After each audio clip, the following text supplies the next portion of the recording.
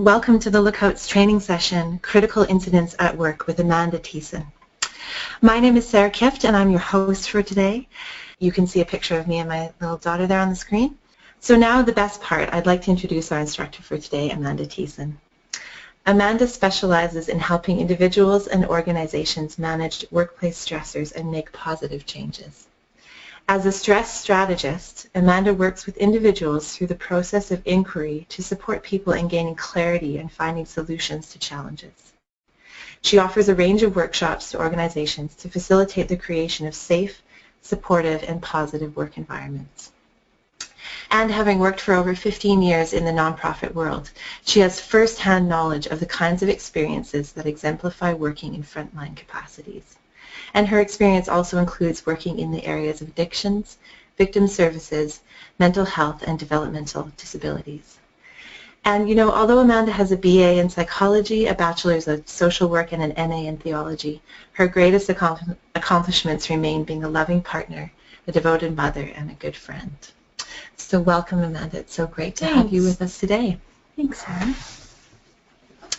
So today we're going to be talking about critical incidents at work.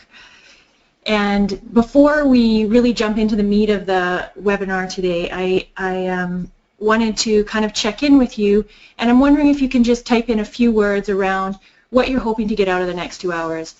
When we're finished this, what are you hoping to walk away with? This really helps me in some ways gauge the direction of our conversation.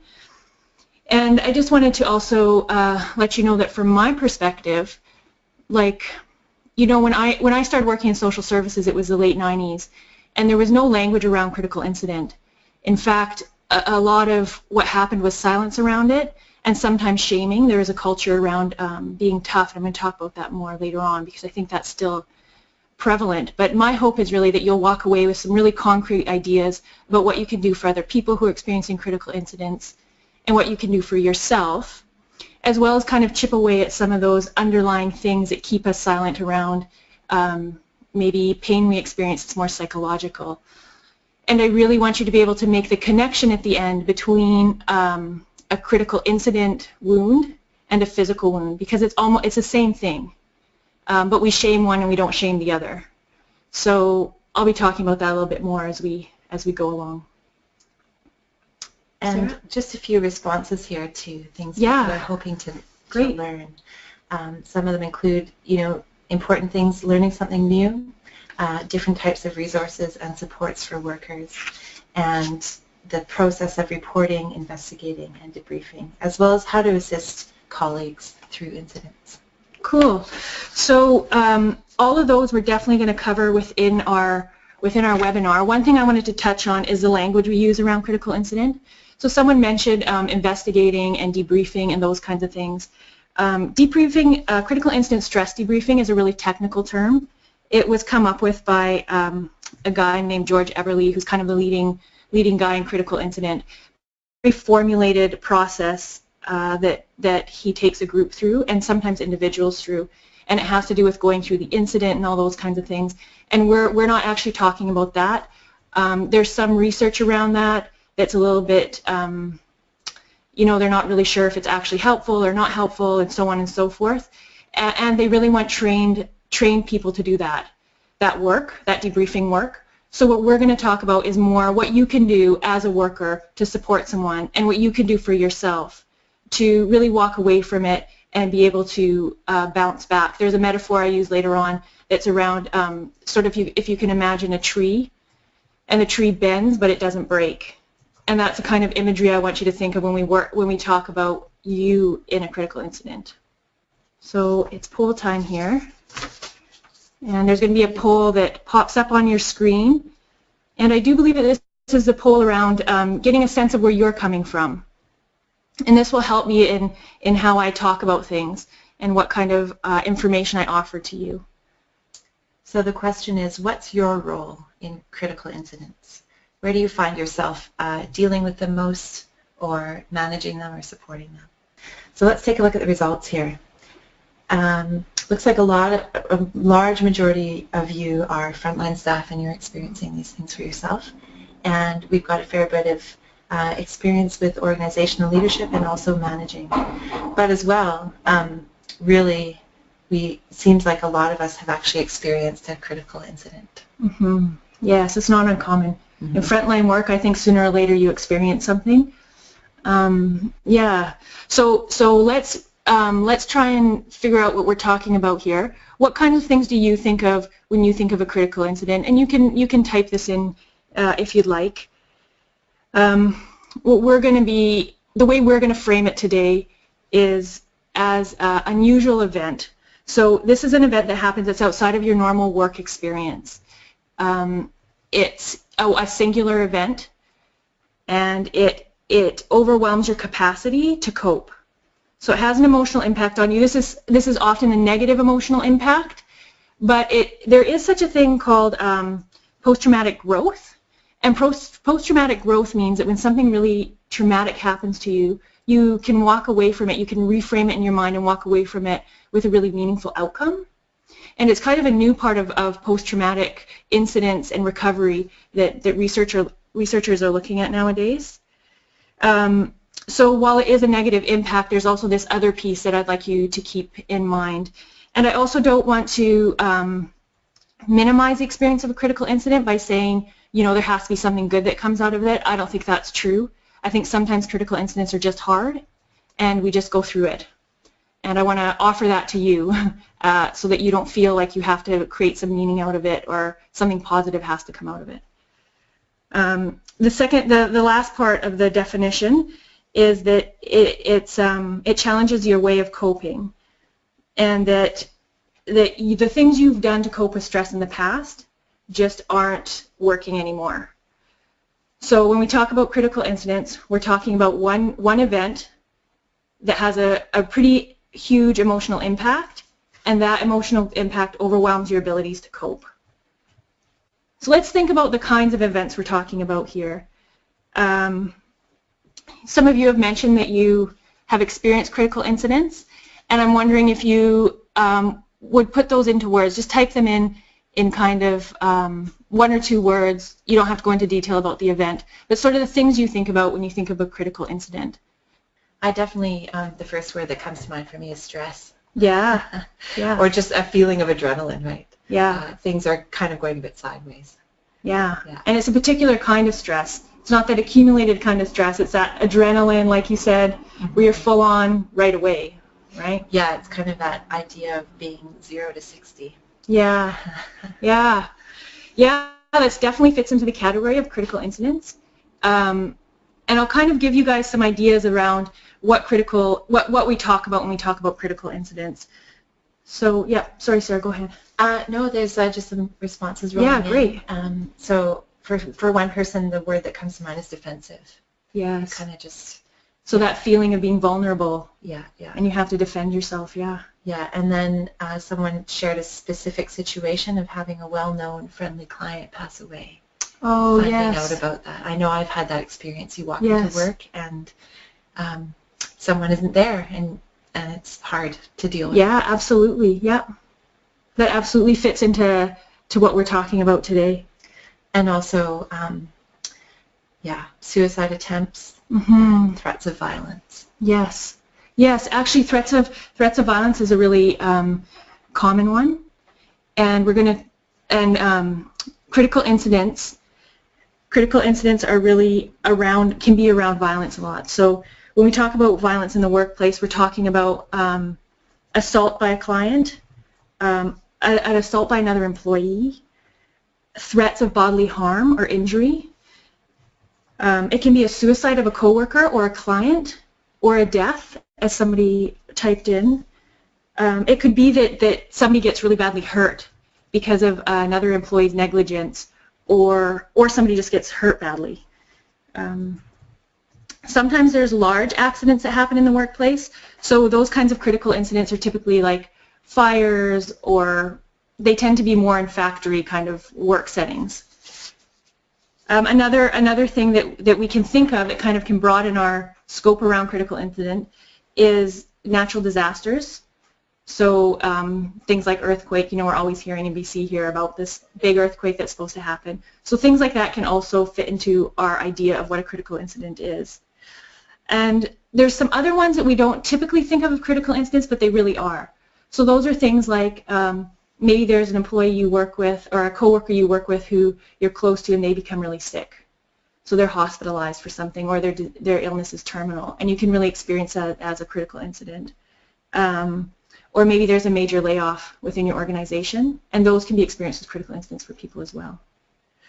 So let's talk about some of the context around critical incidents, because critical incidents don't happen in isolation.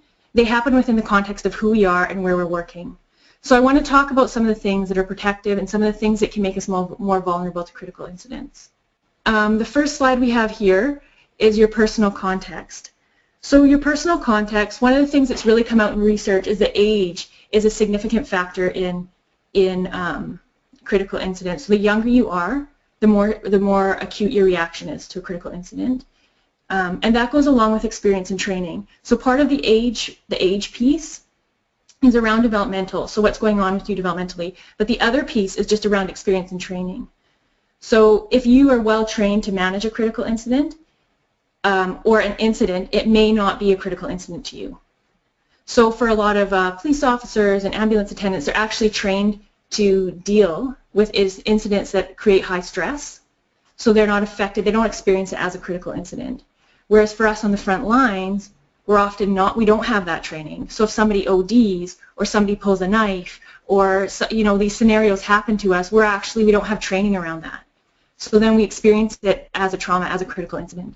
So the number one thing you can do you can't do anything about your age except for wait, but you can do something around experience and training. And I would say, like, even if your organization isn't offering the training for you, seek it out for yourself, because it really has a long-term impact, and that's a really empowering thing you can do to manage critical incident. The other thing we know is really helpful is support systems, and I'm going to keep coming back to this one because this is the number one thing you can do is build relationships. And if you have someone you can talk to, particularly somebody in a mentoring position, so somebody who's had those experiences before, who's been on the front line, maybe somebody who's been, in the workforce, in the social service workforce for quite a while, that's really protective. I have a friend who she never worked with me, but she worked in a different industry. And she worked with sexual assault stuff. And so when I worked in victim services, I would often debrief with her because she totally understood what it was like. She got it. She was really supportive in it. And it also gave me like a person outside my work situation to actually connect with and talk to about this stuff. So I can't emphasize enough how important it is. Yeah, I mean, I remember, actually, I have a good friend who's still a friend of mine, and we worked in similar industries but different locations, and we would get together for coffee and breakfast sometimes and just talk about our work, because the thing is, people who may not understand what a critical incident looks like won't be able to get both the weird humor and the stress response and all of these kind of things that require an understanding of that situation. And so it was really helpful for me to just have coffee with her once a month and go, hey, this crazy thing happened to me. And it was kind of scary and kind of funny and kind of overwhelming. Yeah. It was a really good thing for me. Well, and part of the thing with critical incident is the impact it has on you can also depend on where you're at in your life. So if you have a lot of other stressors, you're looking after a parent, you have kids you look after, or whatever, you have your own stuff going on, you're financially stressed or something like that, you can experience something as a critical incident. Whereas, 3 months from now when those factors aren't in place, you won't experience as a critical incident. So it's really something to remember, that critical incidents can also be about you and where you're at. So another thing that's really important is your mental health. If you've had issues around depression or anxiety or whatever, as most of us do, the critical incidents can trigger those things, and it can spiral you or make those things more acute for you. To already have your supports in place for when you have those issues is really helpful, because then when a critical incident happens, you actually have some supports you already go. So even though it's not dealing with that exact incident, it can keep you from spiraling into this place that you've been before or where you go sometimes. Another personal context issue is physical health. So we tend to hold our stress in our bodies, and we experience our stress bodily. So to be resilient, we can actually train our bodies to be strong. And the theory around this is that if you can get some cardiovascular exercise, so that means your heart rate's elevated, and some strength training going, you actually put your body in a situation where it's stressed, and so it becomes more adapted at dealing with the stress. And there's some guidelines around that. I know we hear all kinds of things. There's all kinds of things out there about how much you should exercise and how much you shouldn't and blah, blah, blah, blah. But the Canadian Physical Activity Guidelines are pretty simple. They recommend that you work out for a total of 2 hours a week. So that means you get your heart rate up to where you can talk but not sing is the way it goes. And you can do, that can be anything for you. And that you have at least, and that they have to be in about 10-minute bouts. And strength training about twice a week using your big muscle groups. For me, I do about 20 minutes of running when I can. I have a family and I have work and I have all this stuff, as you know, I'm sure all of you have stuff going on in your lives. Yeah, it's hard to get that in. Mm-hmm. Yeah, it's funny, I remember hearing someone say after, or when your adrenaline is up, run up and down the stairs to get it out.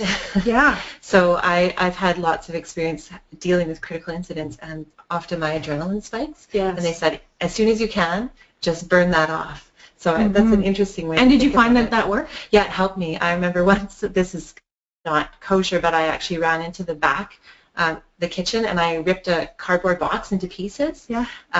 Because I was really mad. And it really helped me. It also meant that I didn't actually make a critical incident of my own with the client I was working with. Yeah. But that you found a venue. That's cool. Yeah. Yeah. I mean, the cardboard box, that was sad for it, but it really helped me to get some of that sort of adrenaline and anger out of my body, so that I could go back to the situation in a calm way. Mm-hmm.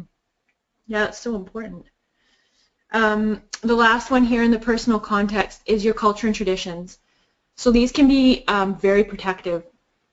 So one example of this is I know I did some of my work at UVic, and one of my profs there has a really, she's Coast Sahelish, and she has this really deep spiritual side to her that kind of informs the rest of her life.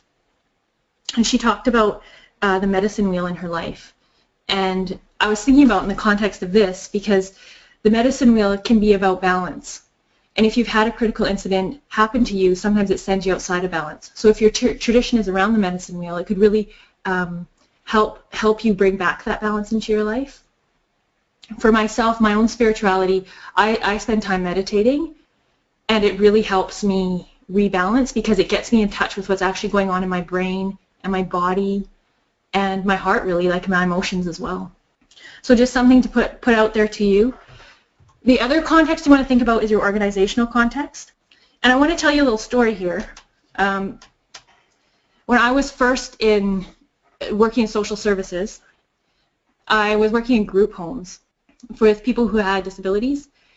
And there was a lady I was working for. She was nonverbal, and I was taking her to a funeral of someone who was really important in her life, and we were both buckled in the front seat. And halfway through the drive there, she just started wailing on me. And my understanding of that was that she had all this grief and feeling she was feeling, and she had no way of sort of expressing it. So I pulled over, and I de-escalated the situation, and when everything was okay, we continued on our way. But the reason I wanted to tell you about that is because my organization had done a really, really good job of training us. And so I was trained in this philosophy called the gentle approach philosophy, and there was a whole mandate around what to do when this lady sort of expressed herself in this way. And it was interesting for me because I was quite young then. I was maybe in my early 20s, like 20, I would say, and I didn't experience that a critical incident. And I think it's because of the training I had. I knew exactly what to do. I knew that could be a possibility with her. So because of that, my organization really did a good job. And when I came home from the incident, My supervisor wasn't there, but a colleague of mine took me aside and we had a conversation about it. And it wasn't long and it wasn't a big deal, and I would say it was very informal, but it gave me that minute to go like, yeah, I am okay, and that it worked out all right. Everybody's safe, everybody's at home. But I wanted to bring that to you as a way of looking at your organizational context and how important that is. Other things you can look at is the physical location. So if you're in a rural area, sometimes it takes longer for emergency services to get to you, and so you're exposed to the incident for longer. And the incident can be more severe if you're exposed to it for longer, and as part of that, your symptoms will be more severe. The other thing is workplace culture. And here we're talking about how safe you feel at work and how much trust there is at work. Sometimes there's a culture around being tough, and this is what I was talking about at the beginning. So it's the idea that, you know, if something happens to you, you just can't hack this work. So if you're having a problem around it, like, it's your own problem. You shouldn't be doing this work. And that, by the way, that's a culture that's prevalent in police work and other sort of emergency frontline situations. And it's a kind of culture that actually contributes to not dealing well with a critical incident. And by not dealing well, what I mean is there's more absentees, so you'll miss more work. You may even quit your job because of it. Or it may just be a stressful place for you to be, so you don't enjoy your work. You're not actually helpful to people because you're in that stance of being protective. The flip side of that is if you have an environment of trust at your work, it can be so awesome because you can actually talk about what's really going on with you, and you have a place to be authentic, and you have a place to talk through situations. So I was thinking of your situation you told us about at the beginning, Sarah, or I think it was before, actually, before we started talking about this. Sarah had been in a situation, and, you know, she had to go right back to work. And, you know, if you have a place where you can actually talk about that dynamic and work to change that, so you can go somewhere for 10 minutes, or maybe you need the rest of the day off, but you have somewhere to go and actually do that. There's a process in place that happens so that you don't always have to be right back on.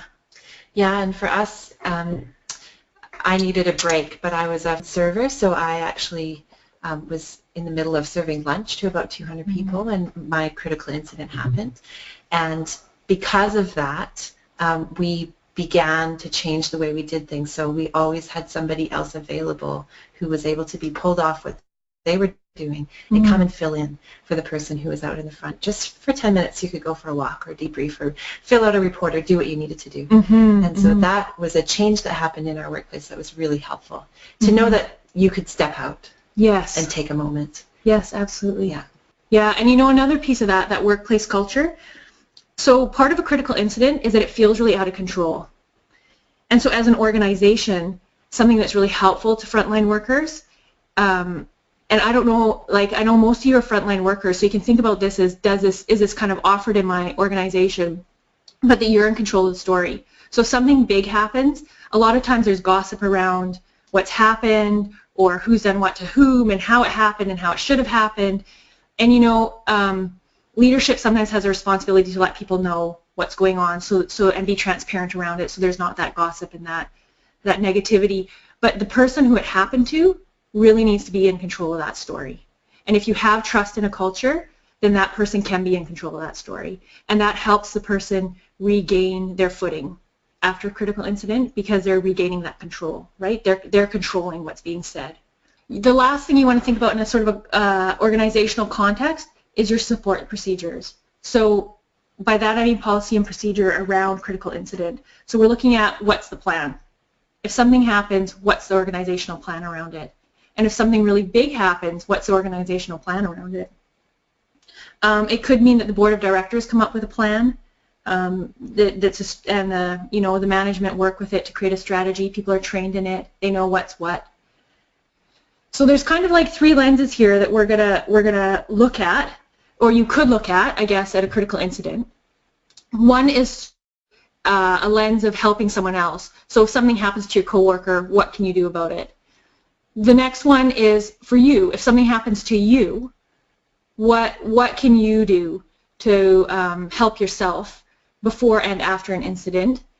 And the last one is the organizational context. So this has to do with systems that are put in place, the training that happens, those kinds of things. And this is the one we're not going to pay attention to today.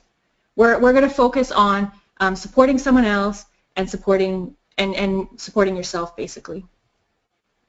And before we jump into talking about what the process is to support someone else, I want you to think about some things that you can remember when we think about critical incidents. So one of the things that's really important to remember is that most people recover from critical incidents on their own. Even if you never get support, even if you do a crappy job supporting someone, most people are okay. And this is really interesting because this actually came out of the original research for it was with Vietnam vets. And most people who came back from the war, not that they didn't have experiences from it, but they could still function in life well. And there was a portion that couldn't, but most people could. And research has continued to sort of verify that most people recover on their, your brain is processing it and does things to help you recover. And the last thing is that critical incidents can really contribute to long-term burnout. So it's not like something happens to you and then you deal with it and it's done. You have to look at it kind of in the context of your overall stress levels and what's going on with you overall. Because we know that they're a major factor in people burning out. We're gonna go into talking about what happened. So this is the part where we're talking about what you can do to support somebody else. And there's some things we're not doing when we do this. We're not doing therapy. We're not doing trauma therapy for sure. We're not pressuring people to tell their story. We avail ourselves to listen to somebody's story, but we don't pressure anyone. It's not a good or bad thing. It's what works for you. If it works for you to talk about it, talk about it. If it works for you not to talk about it, don't talk about it. People have all different ways of processing. The other thing we're not doing is we're not doing debriefing. So we're not getting people to discuss the event in detail or put the event in time or in order, anything like that. That's what Evans does, and that's a really specialized thing. And we're going to stay away from that. The other thing we're not doing is we're not getting people to analyze what happened. So why do you think you felt that way? Why do you think? We're not doing any of that. We're listening to the story. So this is how it works. You have a trusted and supportive relationship. You listen to the story, and there's a bit of an assessment you do, and then there's a follow-up.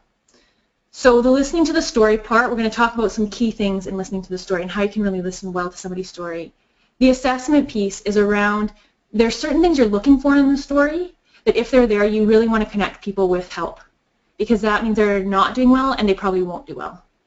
And then the follow-up piece is what you can do after somebody tells you this kind of stuff. So we're going to start with trusted relationships here. And when we talk about trusted relationships, what we're thinking about is the relationships where you feel like you can be open and vulnerable. So there's a few pieces to it in the context we're talking about. One is consent. So maybe you've made an agreement with a coworker that if something happens, you will go to that coworker because you feel comfortable with them. You already have it set up. You've told them, like, hey, if I need to talk about something, can I come to you? They said yes. But you need to really check in with that person and see what they're at. So to say, like, something happened to me today, and I was wondering if you could talk to me about it. And they can, they can scale that. They can say, like, well, actually I've had a really stressful day, and it just doesn't fit for me today, or I can talk about it as long as it doesn't, it's not about trauma that happened with kids or something like that. And the other thing is that if you approach somebody to talk about something, like, I noticed this happened to you today, I'm wondering if you wanted to talk about it, you need that consent, because they might not want to. Sometimes one of the characteristics of a critical incident is that your mind goes on autopilot. So sometimes you're kind of stunned and shocked, and you're not in a place to actually talk about it. And typically, like, this conversation can happen 3 to 8 hours after an incident, and it can be an ongoing conversation that happens. So this other part we're going to talk about is safety in a relationship. And when we're talking about safety, we're thinking about for ourselves and for others. So if a critical incident happens to you, what safety looks like for you, and also if a critical incident happens to someone else, what safety might look like for them. So these are kind of checklists you can go through in your head if you're talking to somebody. So physical safety is about your body being safe. So this means being removed from where the event happened. You make sure that all the medical needs are met. So if something's bleeding, if somebody needs medical attention, that should be your first priority. And that the physical needs are met. So like maybe they just need to sit and have a glass of water or be in a place where they're not around clients for a while. And that can create a lot of safety for people. Emotional safety is that you feel safe expressing how you're feeling. And what I mean by that is two things. One, you feel open to say how you're actually feeling. So if you feel angry, you can say that. But the other piece around it is that that person you're talking to isn't going to try and fix your feelings for you. They're not going to minimize your feelings for you. So, you know, they're not going to say something like, you may have been shoved, but I wouldn't call it assault. Or, you know, like those kinds of things that could just kind of shut you down emotionally. And you don't want someone who's going to catastrophize your experience. So, you know, I can't believe that happened to you. You might even lose your job over this. Like, you don't want to talk to somebody like that. You want to talk to somebody who is allowing you to own your own experience and not interfere emotionally with what happened to you. So it kind of sounds like a lot of the work around keeping yourself safe or supporting someone else through a critical incident happens way before the incident happens. Absolutely. Right? You're building relationships with your coworkers so that you can find those places of safety. Yeah. Never feel shy from hanging out with coworkers after work. I think it's awesome, like building those relationships and taking them from work relationships to friendship relationships can really help you as a team and as an individual. You know, even if it's one or two people in work that you connect with, spend time actually connecting in those relationships because it can help you for years to come. Yeah. The last part we're going to talk about in safety is cognitive safety. So here we're talking about you're safe to express what you're thinking. So sometimes what comes up around critical incident can be on the extreme end, suicide or homicide. You need to be able to talk to somebody and you say, you know, I'm really having these thoughts around suicide. And they're not going to freak out about it. They can go there with you, they can talk about it with you, and they can see it for what it is as a response to stress. So how do we listen well to somebody's story? And I want you to think about here how, in your experience, how do you listen well to somebody's? What are the things you do to make somebody understand that you're actually listening to what they're saying? The other way of going about it is thinking about what makes you feel like you're listened to.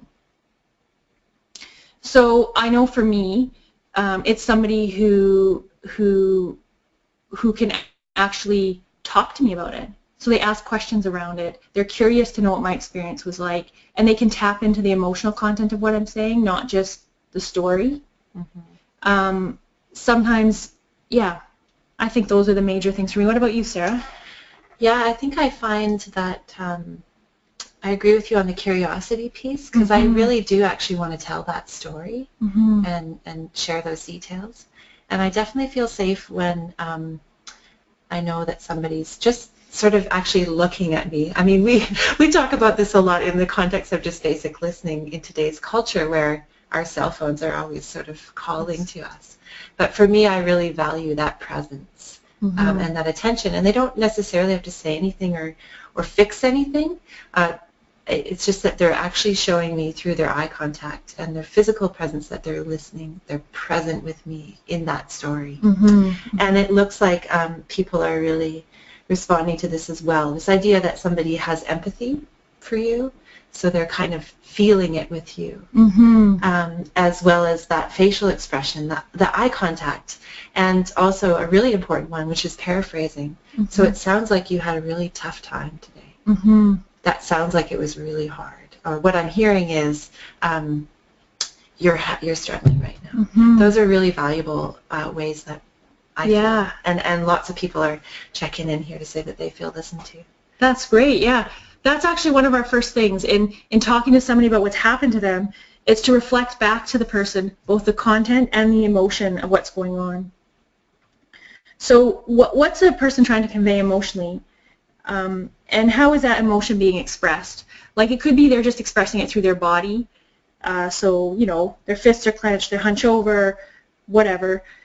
It could also be that, you know, there's a tone, there's an underlying tone, and that's harder to sort of sense, really, that underlying tone. But if you can reflect that back to somebody, that's really powerful. Because sometimes we're not always aware what we're actually feeling. Sometimes we are, but sometimes we're not, and we express it in other ways, through our bodies or through our tone. And the other part around reflecting back content and emotion is that emotion happens on a continuum. So like if happiness is the middle of the continuum, on the low side you have contentment, and on the high side you have being overjoyed or excited. And what you try to do when you reflect back emotion is you think about it in terms of the continuum. So maybe they're furious. They're not just angry, they're furious. Or maybe they're just a little annoyed. And you want to reflect back within that continuum. And you know, the more the more charged the emotion is around something, the more time you spend talking about the thoughts that go with it and what that's like for them, and you just unpack it more the more charged it is. So the more furious I was ripping a box to shreds, the more time I would need to think through to process what's happening to you. And for somebody to sit down with you and let you spill it. Right? I just remembered something that was kind of awesome that happened is one of my coworkers witnessed this, and then later, when I calmed down, came out and said, "What did that box ever do to you?" And we just started laughing, like it was so funny. So there is sort of a sense in which definitely not belittling someone's deep emotion with humor, but kind of recognizing that there is a bit of a release that comes through, a little bit of a funny comment. Well, humor is a great defense against stuff, right? Mm-hmm. It allows you to flip over to the other side and not take it so strongly, so to heart, right? Mm-hmm. So here's a little, I think this is coming up as a poll, is that right, Sarah? Yeah, that's right. So I put a sentence in here, and Sarah's going to put up a poll, and you can just match the phrase you think would show good listening. So I can't believe they didn't do anything to protect me. I don't understand. I can't afford to take time off. Why am I the one that has to take time off? So if somebody said that to you, what would be sort of an appropriate response to that? And you can put in as many responses as you think would be appropriate. And I'll just read through them here as people are checking in. So a response could be, have you talked to your manager about why? Mm-hmm. Or, time off might help you gain some emotional space. Or, you sound angry that no one was protecting you and looking out for you. Or, let's find someone to explain this to you. Mm-hmm. Mm-hmm. It's hard to know what your response would be, hey? Yeah. So part of being a good listener is not finding solutions for people. And you know what? In frontline work, that is so hard to do because we are paid to help people get on welfare, to help people find housing, to feed people, to solve their problems, right? So really, in helping someone, supporting someone through a critical incident, you need to put on a different hat and see yourself more as a soundboard to their experience rather than someone who's going to fix their experience or offer them suggestions. And I know I do some work with support groups, and we work with a lot of volunteers, and this is such a hard thing for volunteers to get because they really care about people and they really want to get in there and help them. Mm-hmm. Well, it looks like the winner, if you want to call it that, is you sound angry that no one was looking. Yes, you guys got it. Well done. Yeah. The other thing you want to pay attention to is silences in space. Now, for me, this has been a real learning experience. I had some supervision around counseling people, and one of the things that really came out for me is that I was overpowering people by not leaving space in the conversation, and so I learned to sit in silence, and it was really hard for me. But what it did is it gave people the space to actually process what's happening, because a lot of what you're doing when you're listening to somebody's story is just letting them process it. And so don't be afraid of that. If somebody pauses, wait for them to pick up the conversation rather than you jump in with something. There are those times where it's awkward, like if you're just meeting someone or things like that, and those aren't the kind of silences I'm talking about. I'm talking about the deep processing silences. And the other thing I learned from that experience is it's really a way to honor people. When we don't jump in with our own solutions and our own ego kind of, we're really honoring their own wisdom and their own strengths to solve their own problem, to sort of rise to the challenge, as it were. It's this kind of idea of empowerment, hey? Yeah. And I mean, I can tell you my husband is always telling me this, that I'll come home with a big epiphany. Oh, I've figured out what I'm going to do about this problem. And he kind of looks at me and goes, yeah, I've been sort of talking to you about that solution for a month now, but I'm glad that you... Yeah, well, it's different, right, when it comes from your own mind, when it comes from your own heart. Yeah. Yeah, it feels different. And then the other thing that you need to have in place is compassion. And so I'm wondering what compassion means to you. When I say compassion, what are you thinking about there? It can mean a lot of different things. I think when I'm talking about it here, I'm talking about it as a willingness to understand what the other person is going through and a willingness to be present to their experience. And you know, by doing those things, we actually mitigate the suffering that goes along with critical incident. And I find it a very sort of spiritual and sacred place to be. Because it allows you to be present to somebody else and witness what's happening to them without having to bring your ego into it. So are you looking for some definitions of compassion here from our... If they'd like, yeah, if it helps you, put in a few words around compassion and what that means to you and how that looks for you.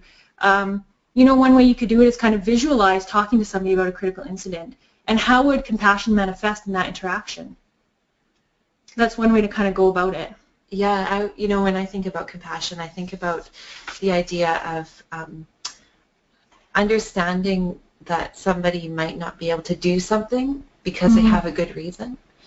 So oftentimes it's easy to be judgmental about why people don't show up on time, or why they're not capable or strong or whatever, or they don't have it together. Yes. But then, so I can often go to judgment. But then when I go to compassion, I think, oh, well, you know, I had a hard time showing up on time this morning because I have a toddler and it's really hard to get out the door. Yeah. And so compassion for me is always thinking about the reasons why that person might be behaving the way they are. That there's always a story behind the actual stuff that's happening. Yeah. Well, and you know, one way to move into compassion is really that piece you're talking about, where you actually move into somebody else's experience. So you get curious about their experience and why they did the things they do and those kinds of things, right? You might not want to bring it into a critical incident sort of situation, but just compassion in general, that's a really good way of going about it. The other piece around compassion is really self-compassion. If you can have compassion for yourself and you don't have those or as much of the judgmental talk in your own head around your own behavior and your own sort of weaknesses and that kind of thing, it's much easier to extend that to somebody else. And you kind of say, like, yeah, I know I struggle with that stuff, so I can see where you might, you know? Yeah, absolutely. And just some feedback that's coming in here is this idea of acknowledgement, showing that you actually care enough to ask about what's happening. Yeah, totally. That's awesome. And the last piece around listening well to somebody's story is open-ended questions. So if you're going to ask a question, you ask a question that has the words like what, when, and how. You don't want to use why words. Why words tend to make people feel defensive. Why did you do that? Why did you? That makes people feel really defensive about their experience. So let's say a coworker comes to you and asks you if they can talk to you for a minute about something that happened to them a couple of months ago. So you find a quiet spot to talk to them. What would be a good open-ended question you can ask them right off? You can type that in if you want. So you're thinking about ways to engage that open and broaden. So looking at broadening the conversation. So not yes or no questions. Can you just say that again, the what and not the why? Yeah, so you want to do like what, when, where, how, those kinds of questions, not why questions. So, for example, for me, I can think like, where were you when this happened? Yeah, that's great. Or what were you doing? Yeah. Or a good question, because it happened a few months ago, a good question might be like, what are you feeling now about the incident? That's a great question. What are you thinking right now about the incident? Yeah. How are you thinking it impacted you? Those kinds of questions are kind of the open-ended questions that it's kind of like, you know, if you have a flame and you're trying to get a fire going, so you blow air into it, those are the questions that blow air into the conversation. So the person can really sort of start processing and think about their incident in a different way they were when it was just rolling around in their brain. So here we have our last sort of, our last poll for this section. And so I'm wondering what a good response would be here. It says, I don't understand why Tracy got cancer and not one of us. It seems so unfair. She's young and such a great person. I think, did you put up the Yeah, poll, I did. Sarah? Yeah. Do you want to talk about it a bit? Yeah, so this is a tough one. What would your response be? How do you think people get cancer? Sometimes bad things just happen. Have you thought about what you can do to help Tracy? Or, I'm so sorry, it really doesn't seem fair. Mm-hmm. I have to take a minute to think about what my response would be as well. Yeah. These are good polls. They're getting me to think pretty deeply here. Oh yeah, that's great. You know, on the on-site training, we'll do more of a like scenarios where we actually get to engage in these conversations, so you can have some practice at it. Because it's one thing to understand it cognitively or intellectually, and it's a whole other thing to be able to practice it. And you know, a lot of us, like myself included, I have this default for wanting to offer information, and you want to be careful about where you're taking the conversation, because although you're a listener, you're also a participant in the conversation. And you want it to actually be helpful for the person and to stay on the path that they're wanting to go down. Yeah, I'm an info girl too. Yeah. I want to get in there with the solution. Do you have any responses to the Yeah, I do here. poll? Lots of good ones. So, looks like have you thought about what you can do to help Tracy? And I'm so sorry, it doesn't really seem fair. Seem to be kind of tied here with 56 and 38%. Okay. I'm really glad nobody put, how do you think people get cancer? Let's have a conversation about medical stuff, right? Have you thought about what you can do to help Tracy? Okay, so let's think about that question. So when you ask that question, it is a good question in terms of, you know, you're trying to get Tracy some help. So it is good in that context. The thing about that question is it shifts the focus. So it shifts the focus on what the person is experiencing to Tracy. And your focus in this conversation is on the person experiencing the critical incident. So you want to keep with that person, and you just want to be a sounding board. You just want to reflect back to them what's going on and ask questions that might help them explore what's going on for them. Mm-hmm. So the better response then would be, I'm so sorry, it really doesn't seem fair. Yeah. Yeah. And you know, when you keep reflecting back to people, it's phenomenal. Like it actually helps them think about what they want to talk about themselves. Like you don't have to do that leading piece. So you know, in the next few weeks, if you have these conversations, not critical incident conversations, but just conversations you have anyways, I'd really encourage you to try and practice some of these skills.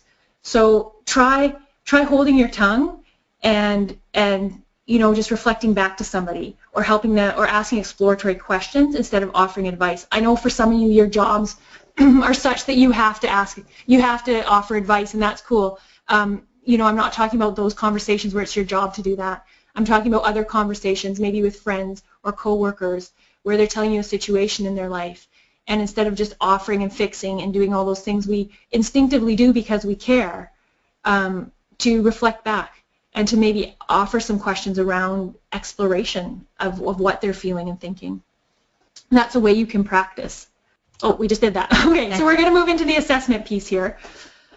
So now you kind of know how to listen to somebody's story and how to pull out what's going on for them. And when you're listening to the story, you actually are listening for some specific things. And we're going to talk a little about the continuum of stress here.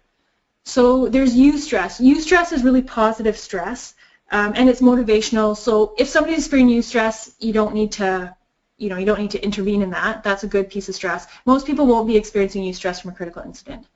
Then we move to distress. And distress is a benign and mild form of stress. It needs to be identified and monitored, and that's partly what we're going to be looking for in the conversations. So we're looking for this distress. And this is a stress you can think about that you can identify it, you can let it be, and you can monitor it. So those are 3 ways you can engage this kind of stress. When somebody gets into the red zone, or here it looks like the orange zone, they move into dysfunctional stress, and that's a severe stress response. It's an incapacitating stress response. So one of the sort of red flags around it is a person won't be able to function in many areas of their life. And when somebody's experiencing this, they'll need extra care. And so we'll talk about what the extra care can look like. And there's 5 areas that we look for when we do an assessment. The middle one there with the girl sitting there, that's the cognitive piece. So we're thinking about cognitive responses, so mental thinking responses to something. There's the emotional part. That's the cute kitty cat with the glasses. I thought he looked pretty laid back. So we're looking for emotional responses that are within the realm of typical to a critical incident and aren't kind of stepping out into that more severe piece. Behavioral, that's the guy jumping over there. So you're looking for specific actions people are taking. And there can be spiritual ramifications from a critical incident too that we'll talk about. And the last one is the physical. So you may have some body responses to a critical incident. So let's talk about the first one. The first one's the cognitive responses. So when somebody experiences a critical incident, the responses that are really common are nightmares around it, or feeling overwhelmed by tasks because your brain is actually processing what happened to you. So things that would typically not be overwhelming are very overwhelming, and reliving the experience. So this could be like you walk into work and you can see it all happening again. And those are actually pretty typical responses to a critical incident. And just know that they pass in time. So if somebody's experiencing that, part of what you can do is normalize it for them. So you can say something like, yeah, you know, I took this webinar on critical incident at work, and they were saying that that's a really common response and that passes. Telling them that passes also could give hope. And you know, if you don't do that, that's okay too. You can also just keep reflecting and keep connecting with the emotional, the empathetic piece, and that's okay too. Extra help, incapacity and confusion. I have a really cool story about this, interesting story about this to illustrate it. I know this woman who worked in, she was a school district counselor for a big district, and she was experiencing some things in her own life, and then she had this client who kept pestering her, so she'd call her like 5 times a day. It was just really out of control, and this woman had a really hard time setting up a boundary around that. And she was actually experiencing that person as a critical incident, even though it wasn't a one-time event. This person, because of everything else that was going on in her life, she was experiencing it. It pushed her into kind of the acute stress piece. And she walked into one of her schools and she couldn't remember who she was. She couldn't remember why she was there. She couldn't remember the faces in front of her. She told me that they looked like familiar to her, but she couldn't place them. And that's really incapacitating confusion. So if somebody's at that level, like, they need to not be at work. They need to have some other supports going on. Suicidal and homicidal thoughts, those are really, really common responses to stress, but it needs to, in your brain, if somebody's talking about that stuff, it needs to, in this context, in a critical incident context, it needs to be a flag for, like, they are not coping. This is a really acute form of stress or experience. You know, I had a friend, actually, who called me because she was having some suicidal thoughts, and for her, it was totally a stress response. So part of what I did in the conversation is I normalized the experience. I said, you know, when people have all this stuff going on, this isn't uncommon. And we talked about some ways that she could kind of take the lid off her pot so the steam could get out, right? And some of those things really, really helped her. And she, you know, you have to work with this at your level of ability. Like, I have some training in suicide management and that kind of thing, so I'm able to do that work. If that's not your level of training, you can just see it as a red flag and connect them with resources. You don't have to do all that other stuff. Hallucinations and paranoid delusions can also be part of it. It's interesting because even reading that screen now, I'm thinking back to an incident that happened to me a little while ago, and then I had a nightmare about it the next day, which really threw me off. But even just knowing, looking at this slide, oh, that's actually normal. Well, yeah, know for yourself, too, that if you have these symptoms, like, that's pretty normal. Emotional responses that you can kind of think about. Fear and anxiety, Those two are super common around, especially around coming back to work or meeting that client or that coworker again. Like if somebody's really threatened you, to actually engage that person again, even if you understand the context of it. So even if they have mental health issues and you get it and all that stuff, it can still bring up a lot of fear and anxiety for you.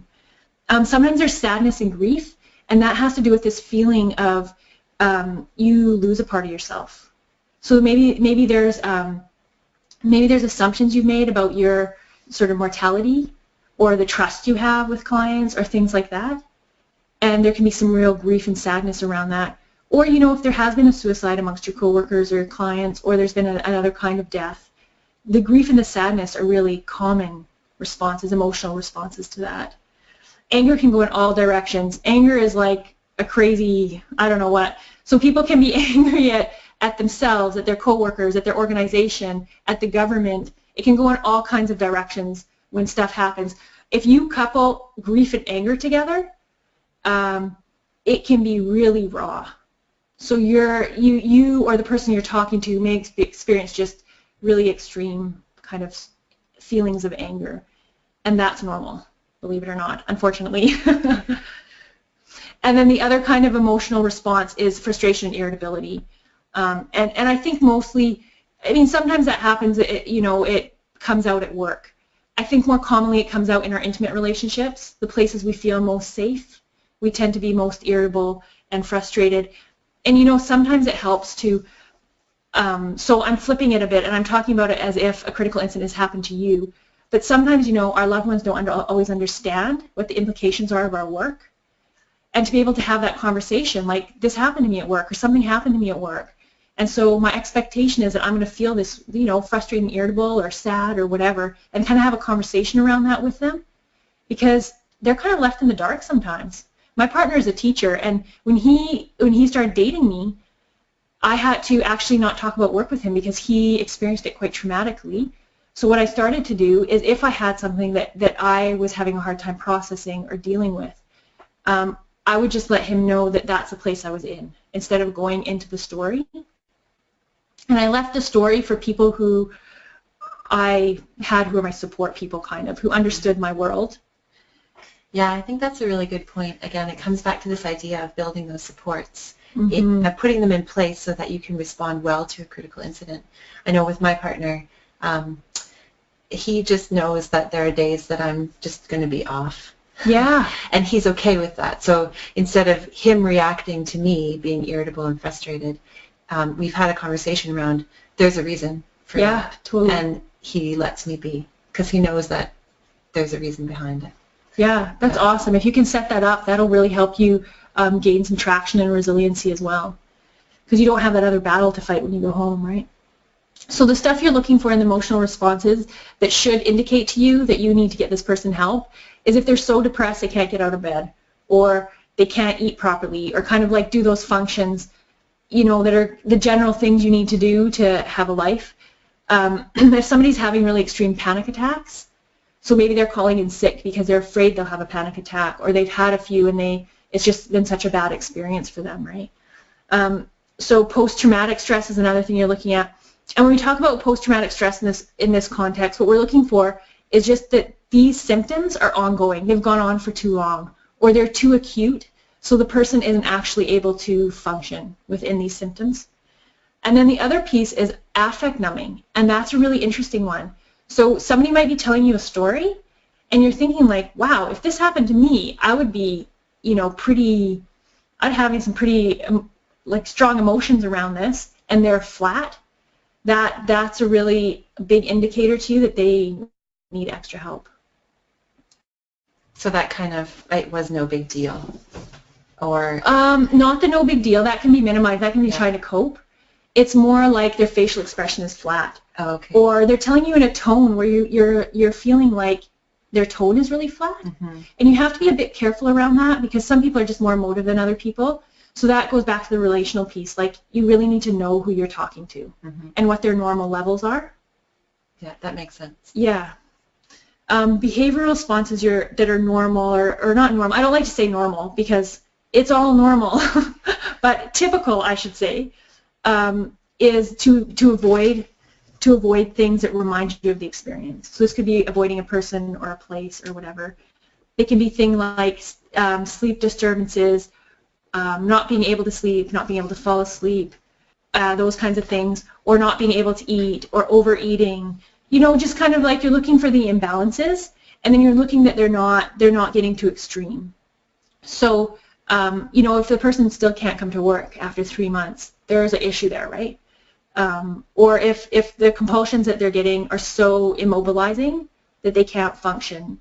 Violence is a huge indicator. Like that's a, you know, if somebody's being violent with clients or with other staff, they should really be seeking out resources to support them, because that's an indication that they're not coping.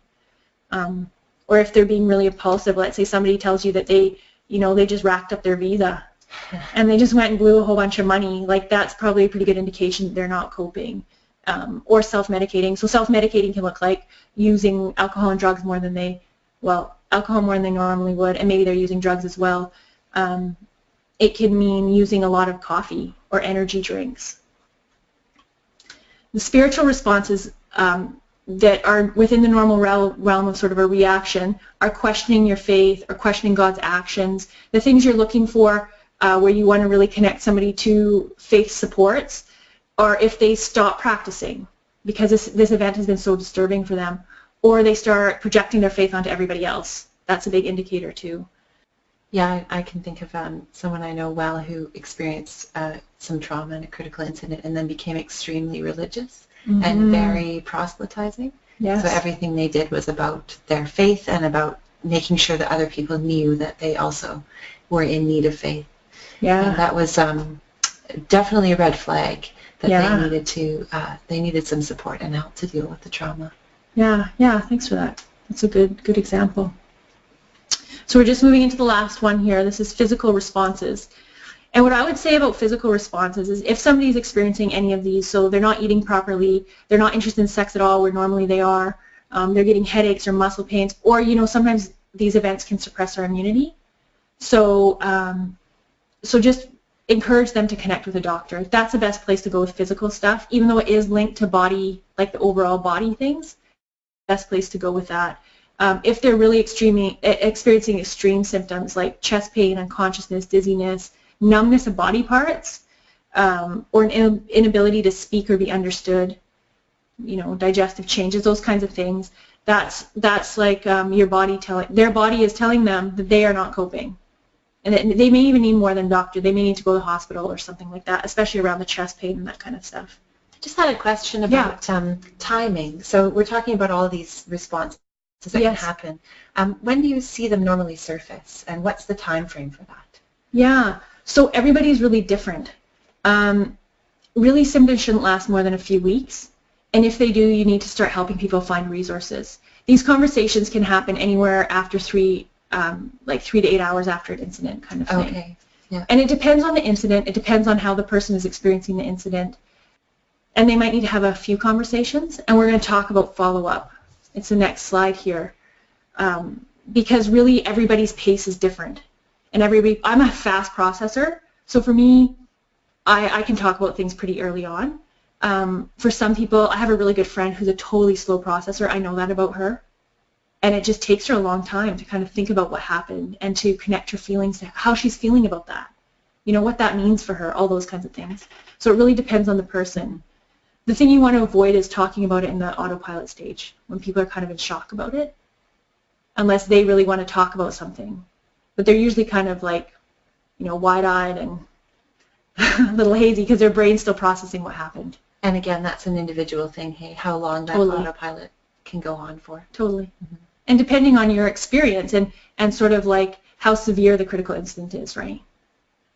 Because you may experience critical incident on the low end, and you might not actually have that autopilot symptom. So how do you follow up with somebody? So you've had this conversation with them, and you want to make sure that they're doing okay. And you might have the conversation with them, and they might seem capable of looking after themselves and taking care of themselves and their responsibilities, and you don't need to intervene. Like if they're telling you they're actually okay with it, you need to listen to that.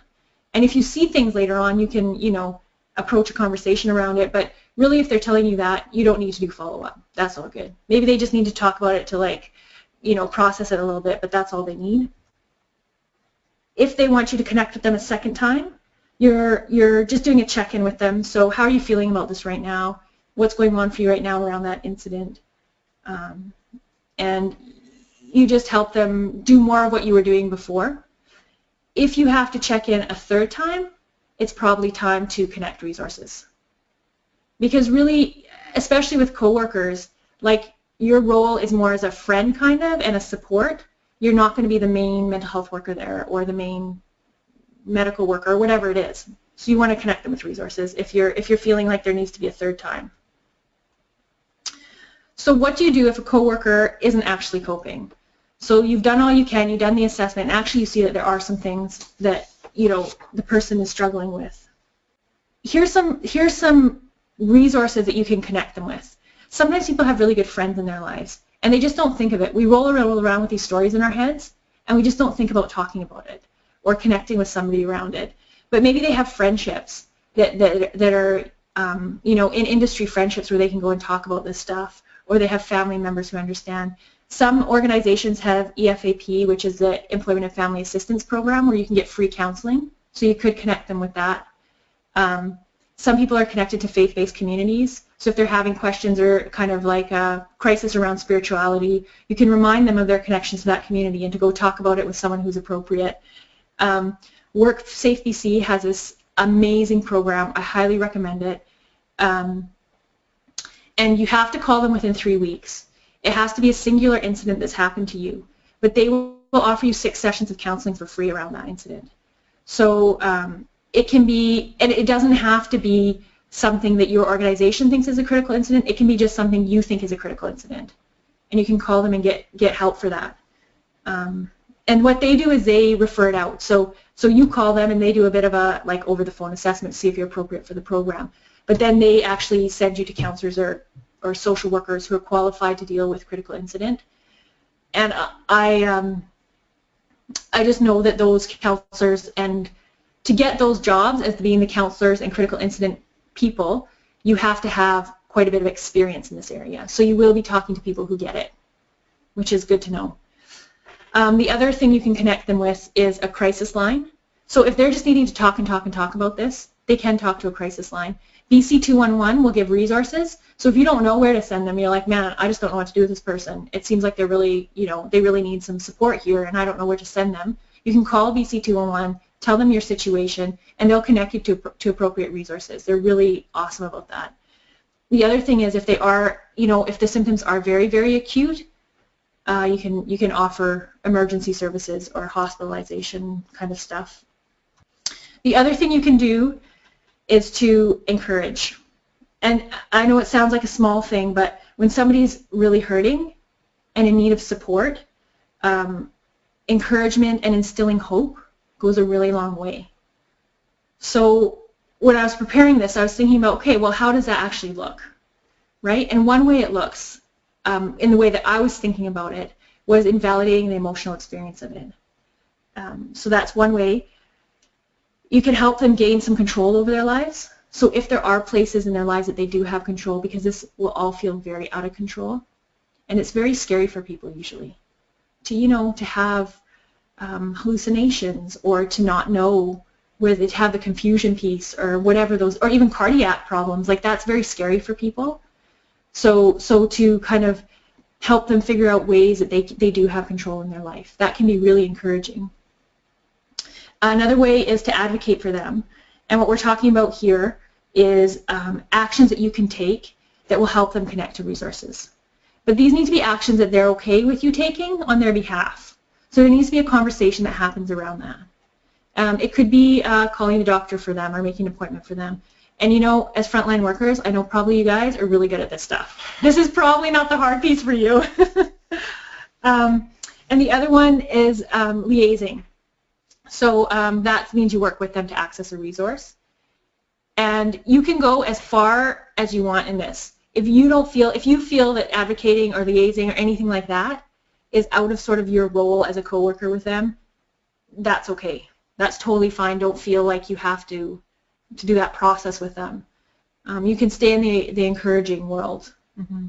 Makes me think of this idea of companioning, which is basically going alongside someone. Yes. So sometimes it's frightening to visit a psychiatrist or go to a doctor or just pick up some resources. And one of the best things that my friends have done for me is to say, hey, I'm free for an hour. I can drive you there. Yeah, totally. Or I can pick you up. Or I don't mind sitting in the waiting room for you. Perfect. Yeah. Yeah, and that feels really supportive. Like it feels really good, yeah. Because sometimes it's just about actually getting out the door to do it. Mm-hmm. That's the hardest part. Mm-hmm. Yeah, thanks, Sarah. So before we switch into this, we're going to be looking at now sort of like when something happens to you and what you can do. And I know we've talked about it kind of a little bit here and there. But before we switch into that, I really want to ask you if there's any questions that have come up for you, things you don't understand, things that would be helpful to you. One thing I kind of thought of as I was talking about this is supporting a coworker happens in the context of if a critical incident doesn't happen to everybody. If a critical incident happens to you at work that involves everybody, so here we're talking about like a fire, a natural disaster, or something like that, you need to seek support outside of that, or the person needs to seek support outside of that. Like, you need to take care of yourself and know where you're at before you can offer support to somebody else. And I just wanted to put that out there. So it's kind of this idea that you've all experienced a critical incident. So you're not really, you don't have the resources to support your coworkers because exactly, you all need to kind of check in with yourself first. That's right. Yeah. That makes sense. Yeah. How are you guys doing? Take a deep breath. We've been going through lots of amazing material. I know I've been soaking it in and learning a lot here, and also taking the time to reflect back on my own work experience, and both the good and the bad. Mm-hmm. The times when I did have support and the times that I didn't. So as Amanda just said, we'd really love to hear from you about your experiences of critical incidents. It could even just be like, one time somebody threatened me. You could just pop in with a question or a comment or anything else that's kind of rising to the surface for you as we make our way through this material. Absolutely. So I think I'll move into this part, looking after yourself when a critical incident happens to you. And what we're going to be talking about here is what are the things that you can do once something's happened to you and also before something happens to you. A lot of the stuff, like research really shows that how you cope with stress before something happens to you is a real indicator of how you're going to cope after something happens to you. So if you can strengthen those things now, you'll be better off later if something does happen or when something happens. And the first thing we're going to talk about is creating networks of care around you. So these are places you can go and stuff you can access if you're feeling like you're not coping. We're talking about this in the context of critical incident, but really this has to do with other things too, like vicarious trauma or burnout and those kinds of things. This all is the same. It's about building those support systems. And there's three ways we're going to talk about it. And I put a stool in there because if you take out one of the legs there, it's all going to fall over. And these are the three ways we can think about kind of being held up and not falling apart when something happens to us. And one of the legs is thinking about what your organization has to offer to you. The other is thinking about what your community has to offer to you. So those are things like community resources are usually offered to everybody. People aren't excluded from them. And then the third one is your own personal resources that you have that you can access. Organizational support. I think there's a question coming up here. Is that right? Okay, so what kind of supports? Do you know what kind of supports are offered to you through your organizations? Organizations have a lot of different things that they offer. One of the things that they offer is the Employment Assistance Program, which is usually a free program through your work, and it offers counseling up to 12 sessions a year. They're by registered counselors. But one thing to note about that is it's brief counseling. So if you have a critical incident that actually triggers stuff that happened to you, when you were a kid or other trauma, the counselors won't go into that with you necessarily. Yeah, so we've launched this poll here, right. And we got lots of people responding. So the question again is, what kinds of supports are offered through your organization? And you can pick more than one. Hopefully more than one of these things is in place. Clear policy and procedure around critical incidents, organization that offers external resources, a committee that gets together to work through critical incidents, or maybe you don't know, or maybe there isn't any, and that's a place that we can definitely talk through.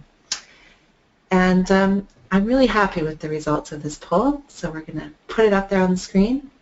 Looks like a large percentage of us have a clear policy and procedure around critical incidents, and our organizations offer us external resources. Oh, that's great. That's really good to hear. And that's excellent. If you can think about this too, as you're thinking about that, you can think about the policy or the people or whatever that you're most comfortable accessing, the resources you're most comfortable accessing, as part of your plan for if something happens to you. Do you know what to do when something happens to you at work? Do you know what the organization expects you to do, and does that feel okay for you?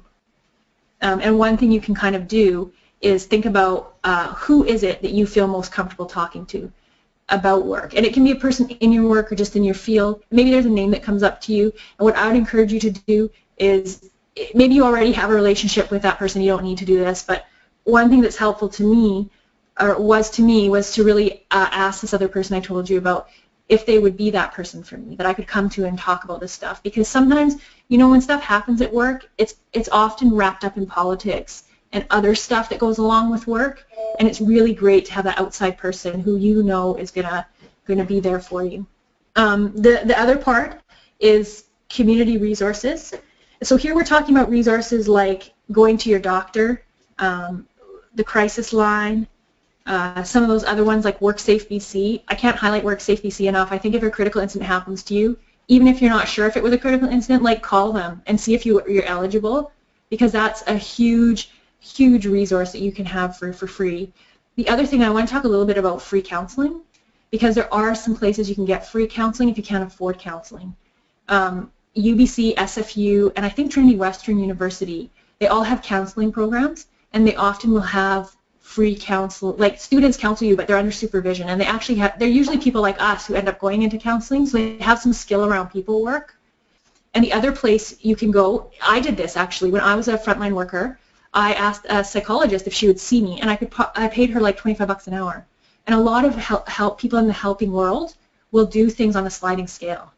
So if there's someone you really want to talk to and they're charging like $120 an hour, just go talk to them, because there are people like us. They usually really want to help people out, and they're happy to do things pro bono. And what's the worst that can happen, right? They say no.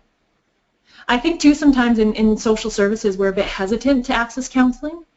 And I only accessed it about halfway through my, after 7 years in the industry, and now I use it as a resource. If I have an issue, I go talk to a counselor and they just help me sort it out. And it's not even necessarily the advice piece, it's the having a place to process it and having time to process what's happening. And I guess an important thing, for me to work through was this idea of taking away the stigma around needing counseling. Yeah, sure. So, when you work in a frontline industry where you are the helper, and you're the staff and you're the trainer, it means that to admit that you actually also need counseling could be seen as a sign of weakness, or that you can't actually do your job. But that's not true at all. As Amanda's been saying throughout this whole process, we're all kind of on that spectrum. We all experience emotion and anger and trauma in response to incidents, and we all are in need of help at times in our lives. So I just want to put it out there. I know in my experience, it took me a while to get over that hurdle of being the one who actually needed help to work through something that I was trained to do, but it was so beneficial for me. It made me a better person and able to do my job better. Yeah, I think what you're saying is really true. It does take a few times to actually go see what it's like as well, because sometimes we don't know what it's like. But I found it's kindred spirits there. It's people who want to help other people just like we do. So yeah, it's been hugely beneficial for me too. So what I want you to do now is think of one community resource that you would feel comfortable accessing if you were struggling. And just name that community resource. You can just think about it in your brain, whatever you want, but something where you would feel okay accessing it. And then we're going to move on to individual resources. So this is the third stool. Leg. There, I lost my word. Thank you. And this is the one you have the most control over, actually. So one thing we're going to talk about again is a support system, because that support system is so integral. And you're actually looking for specific kinds of relationships. So it's not just having people to hang out with. It's one of the really protective factors is having a mentor relationship. So somebody who's walked that path you're walking. And if you can think about that and sort of think about how you would develop relationships around mentorship, that would be really protective for you. The other piece is maybe your organization could think about creating a mentorship program within the company. But for you to think about it, you can think about right now who you trust within your support system. The other piece around creating resiliency is actually having those relationships. So you have relationships that are mentorship.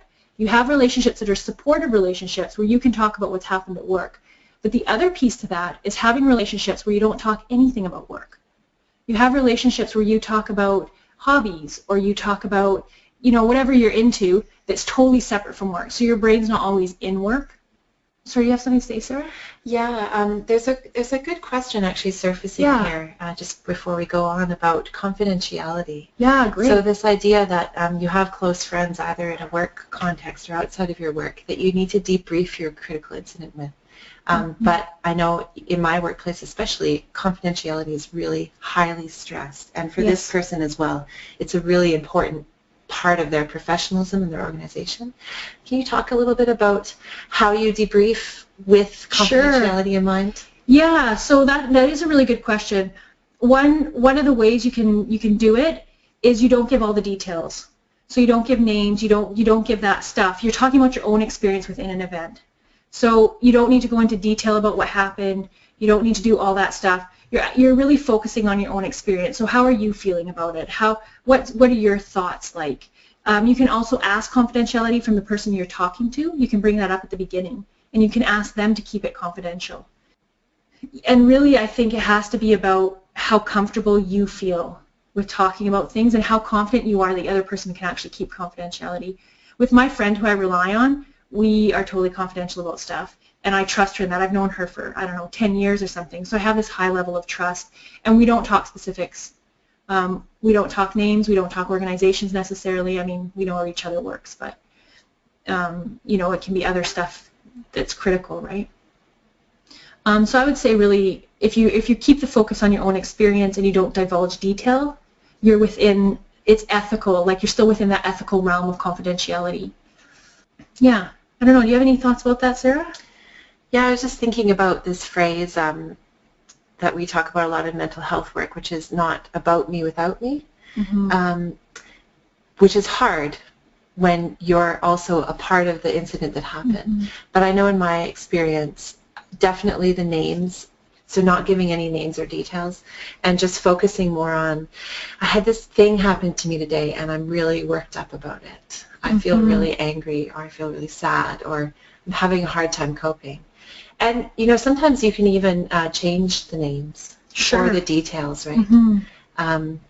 Because there is a sense in which, especially if you talk to people within your organization, they are going to know what happened because they may have been there with you.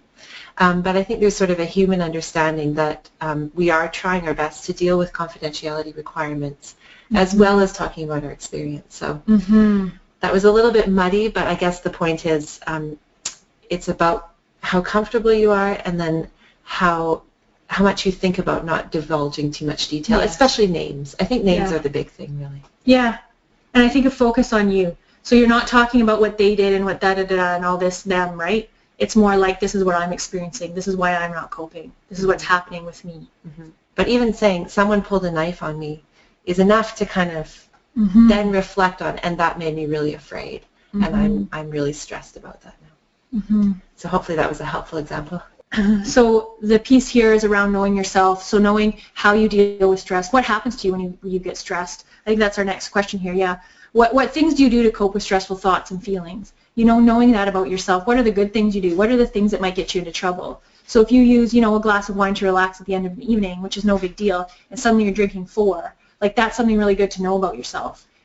Because one of the things that happens when we're not coping is we lose sight of ourselves. So we don't put all the symptoms together, and we don't know why things are happening. We don't put it all together for ourselves, right? So to know yourself really well, to know what stress looks like for you, is a really protective factor. Here's what I was talking about earlier, to bend and not break. So these three things are the main things that research shows guards us against stress. So we have that supportive relationships again. And supportive relationships have actually been shown to be on par with working out in terms of like mental and well, not physical, but mental health. They're on par with working out. Mindfulness and meditation. So what we're talking about here is actually being in the moment. And we're talking about being able to have some control over our thought life. So if we're thinking too much about the past, we tend to get depressed. And if we're thinking too much about the future, we tend to get anxious. So this is a way that we can center ourselves. We can be in the moment with our bodies. So what does it feel like to be in this moment? What are you thinking? What are you feeling? And meditation can be a way to connect with all those things. I use meditation fairly regularly in my life when I can. And it's a really good way for me to connect with actually what's going on for me instead of just going from thing to thing or doing my routines or whatever. The other piece is physical exercise, and we already talked about that a bit at the beginning. But those three are what research shows are people that do those things are the most resilient to stress.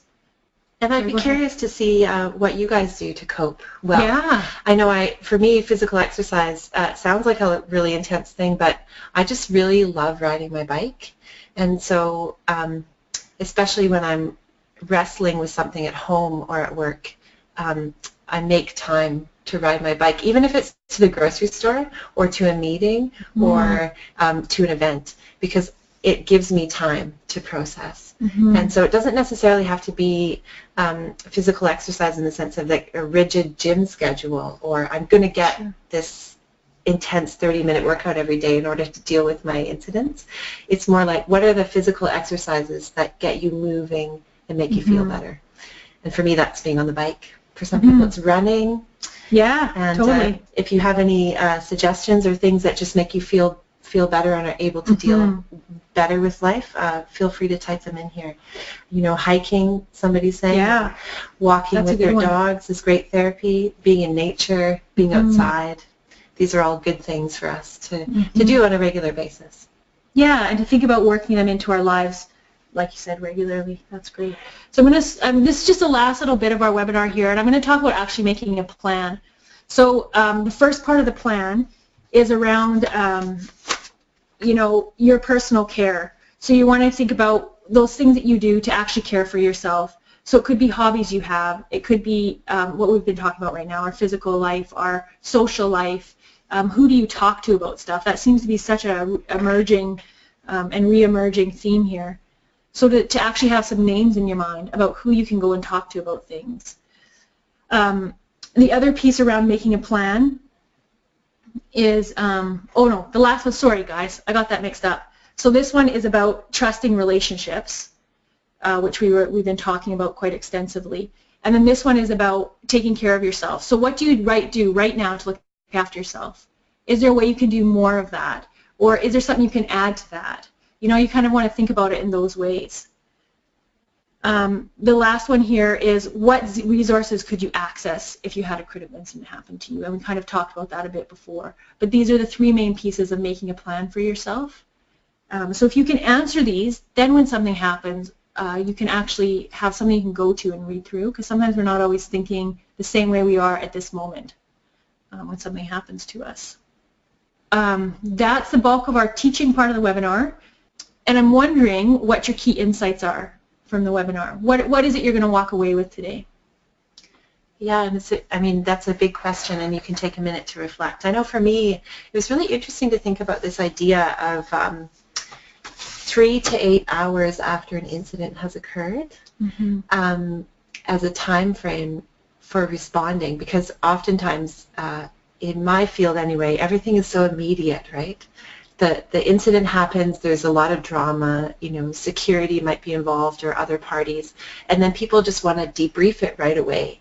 And it's almost like it's an efficiency thing as opposed to a caring thing. And so to actually be armed with a bit of research, like 3 hours to 8 hours after an incident is a better window to talk about it. It's actually really helpful for me, and also to say if another incident does happen to me, it's okay for us to take some time. Yeah, some breathing room, right? Yeah, to be able to actually just think it through, and then we'll come back to it. Because we all, we like to rush to fix things, hey? We do. And it can be painful, right? So we're trying to get rid of those painful feelings we have, or or the fear around it, like those kinds of things, right? Yeah, we want to get it sorted out right away. But it sounds like, that's what I picked up, among many other great insights. Yeah, no, that's wonderful. Thanks, yeah. Yeah, what about you, Amanda? Yeah, like when I think about this, I think about the parts we have the most control over, because that's really where we can thrive. And there are some things we have control over. We have control over what we choose to do with our time sometimes. And, if we choose to do things that are fun and resilience building, that's awesome, right? Because then we know that when something happens to us, we've actually done some work around it already. It's not blindsiding us, even if the event itself does. And the other thing I think of is, and this is research I've read around burnout, so it's not directly connected to a critical incident, but critical incident can be such a big factor in burnout that I often think of the organizational pieces. So for me, that's something that really sticks out, because if you end up working for an organization that has a good policy and procedure, that really supports you, that has a culture of trust and safety, like that's huge. You can work there forever, even if critical incidents happen to you, And those things often aren't that complex to put in. Building cultures can be really complex, but in terms of policy and procedure, that's not very complex. And it seems like most organizations have that, according to our survey, and that's really great for me to hear. Yeah, and it sounds like people are really picking up on this idea of having a plan in place and being prepared, as well as knowing how to talk to someone, sort of this framework around the appropriate way to assess and to encourage and to engage them. And, a really important thing that someone just brought up is knowing it's okay to let myself have a break after an incident, right? Yeah. You guys are doing great here. I'm going to keep going through these responses. Thanks for listening and sending them in. Something that was really helpful was looking at signs of serious stress that need to be addressed and able to identify them, as well as talking about the benefit of training in managing those incidents. So a lot of times we come into things without a lot of training, and it's really good, again, to be prepared. I think especially in frontline work, it seems like, people come in because they have a good heart, or they've had like something that's connected to the experience of the population they're working with. And there's not a lot of training around that, right? And so then we're kind of vulnerable to whatever happens. But if we get training around it, it's such a protective thing. And it's really empowering if you have training, because you actually know what to do, and it feels like, wow, I'm actually like competent and good at this. It's so great. Yeah, it reminds me actually of some violence prevention and de-escalation training I did, and one of the key things that they said was the biggest thing that will make it harder for you is to let your fear not let you think through what you would do in an incident. And the best thing you can do is push through the fear of what if this happens to me into what if this happens to me? Well, I would do this, and then I would do that, and then I would do that, and then it would be okay. And that's a really great way to kind of, again, it comes back to this idea of knowing your support, being prepared, and having a plan. If you can push through the fear of what could happen into, I know what I would do, it really gives you the confidence to deal well with critical incidents. Yeah, interestingly, I was listening to this, I think I was doing a course, and the instructor was asking, it was full of people from NGOs and nonprofits and people that work with really risky populations where there's a threat of something happening, a critical incident. And he asked the group, like, what are your biggest fears as workers? And the two biggest responses were that I won't be effective, that it won't matter if I'm here or not. And the other one was violence. And I totally resonated with that. Like, those are feelings I've had as a worker. Is like, what if I'm doing all this and nothing changes? There's no life that's being changed, right? And one thing he said around that is you just have to really believe that your presence, that your relationship, that those kinds of things make an impact. And the other piece you can do around violence is getting training like this. And like they still do nonviolent crisis intervention trainings. Yeah, it's sort of a standard thing that you have to recertify every year. Yeah. They were doing that when I was when I was doing frontline work as well. And Yeah. you know, things like that can be hugely helpful in terms of our own psyche and what's important to us as workers. That was a fantastic presentation. Oh, thanks. And I enjoyed it. so if you have any more questions, please email us at development@lookoutsociety.ca. Thank you so much for sitting here with us today and taking this training, and have a peaceful day.